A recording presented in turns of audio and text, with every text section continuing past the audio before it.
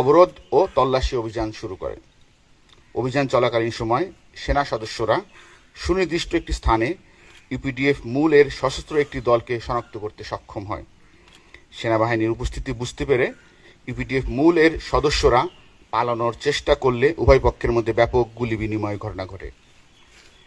গুলি বিনিময় শেষে সেনা সদস্যরা তল্লাশি চালিয়ে ঘটনাস্থল থেকে একটি সাবমেশিন গান, 3টি দেশীয় বন্দুক, একটি এলজি, একটি সাবমেশিন গানের ম্যাগাজিন, একটি পোচ, 7 রাউন্ড অ্যামুনেশন, 17টি খালি খোসা, 25টি বিভিন্ন লটের এসএমজির খালি খোসা, 2টি কার্তুজ, 4টি ওয়াকিটকি সেট, একটি মটোরোলা ওয়াকিটকি সেট, 4টি ওয়াকিটকি সেটের চার্জার, 2টি ক্যামেরা, একটি স্পাই ক্যামেরা সানগ্লাস, একটি স্পাই ক্যামেরা ডিভাইস চার্জার, 3টি পেন ড্রাইভ সহ অন্যান্য সামগ্রী এবং বিভিন্ন রকম বই উদ্ধার করেন।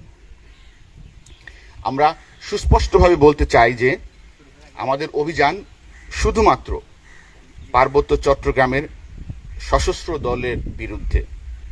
সাধারণ জনগণ যারা শান্তিপূর্ণভাবে বসবাস করছেন